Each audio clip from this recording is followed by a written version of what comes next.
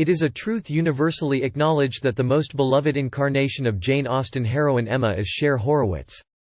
And if director Autumn de Wilde's oversaturated, impossibly sunny new adaptation of the classic bears more than a passing resemblance to its Beverly Hills-based Austen ancestor Clueless, the homage is an effective one.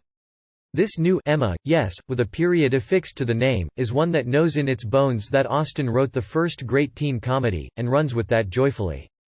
Despite being described in the very first sentence of the novel that bears her name as handsome, clever, and rich, with a comfortable home and happy disposition, Emma Woodhouse has never been a figure of aspiration to bookish Anglophile girls the way Sarah Crewe and Hermione Granger are. Emma is an interfering know-it-all, a snob who nurses petty grudges. This, of course, is also what makes her so complicated, and so funny and timeless. The story, for those whose English literature, 90s-era movies knowledge is a little rusty, centers on the misguided machinations of the pretty, privileged daughter of a doting widower, the eternally suave Bill Nye, having the time of his life. Emma is a bored daddy's girl and small-town queen bee who, having been granted everything she desires her whole life, magnanimously, ignorantly takes up recreational meddling. Imagine, if you will, a Regency Gwyneth Paltrow, the quintessential rich girl who wants to fix your life with her benevolent insanity. It's one of the most perfectly foreshadowing bits of casting ever that Paltrow played Emma in the 1996 film version of the novel. In the wake of her former governess' recent marriage, a matchmaking victory she claims for her own, Emma Anya Taylor-Joy next trains her eye on the sweetly unpolished Harriet Smith, Mia Goth, a newcomer to town of uncertain background. But in attempting an ambitious alliance for Harriet, Emma misinterprets every cue and soon reveals herself both an unreliable judge of character and a messy bitch who lives for drama. Acting as her moral conscience is her brother-in-law George Knightley, Johnny Flynn, whose musical talent gets put to satisfying use here, the teasing foil to her schemes who sees her potential nonetheless. This being Austen, it somehow all works out in the end. De Wilde's version places the Austen tale squarely where the work belongs, in a world that is simultaneously over the top and stingingly real. The film is drenched in candy shop colors, announcing the passage of each season but infusing them all with equal Barbie dream house brilliance. Yet it also reveals the inherent emotional depths of its central characters with confident sophistication. Jane Austen was no floofy, beach-read romance writer. She understood grief, heartache, and economic distress. Her genius was finding the comedy within that pain.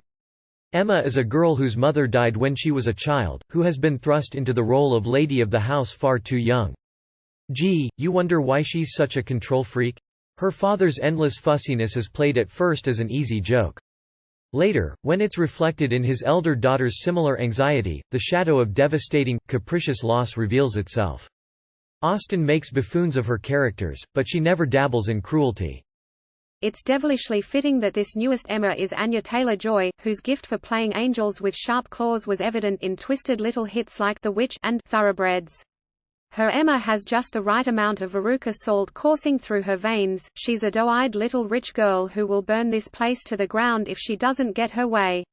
Her co-star Flynn adds a satisfying slow-burn chemistry to the mix. When Knightley puts his hand on Emma's waist in a pivotal dance scene, it's the most erotically charged piece of cinematic minimalism since Daniel Day-Lewis unbuttoned Michelle Pfeiffer's glove in The Age of Innocence. Credit here also goes to Isabel Waller-Bridges' vibrant score. Rounding out the ensemble are a team of veteran and newcomer scene stealers. The Crown's Josh O'Connor is sublime as the arrogant Mr. Elton, a guy who, like Emma, has to learn to temper his unearned overconfidence. Emma is one of the most complex characters in all of Austen's 6 completed novels. Hers is a story of becoming an adult in the world, and in that way, her journey never grows old. If she was effortlessly modern in Clueless and again in the 2013 web series Emma Approved, she seems even more so today. It's easy to imagine Emma as a rich kid Instagram influencer, doling out facile life hacks. As evidence, merely look to the plot's pivotal moment, when Emma cavalierly cuts down Miss Bates, Miranda Hart, the talkative neighbor who's been working the girl's last good nerve the whole story. It's easy to see Emma's 19th-century zinger today in the Pyrrhic victory of a salty tweet, a public dismissal of an older woman whose great crime is being insufficiently amusing to the popular girl. It's a timelessly devastating scene, one that exposes the Regina George within Miss Woodhouse. That's why Emma is such an exceedingly relevant coming-of-age lesson. It's a blunt reminder that money and beauty and cleverness don't make you good. But the beauty of the story, so ebulliently retold here, is that Emma gets to learn that. She shows that maturity means loving unconditionally, becoming faultless in spite of all her faults, and staying humble while still incredibly fashion-forward. Could a heroine like that ever fail to be captivating? As if. Emma is currently in theaters.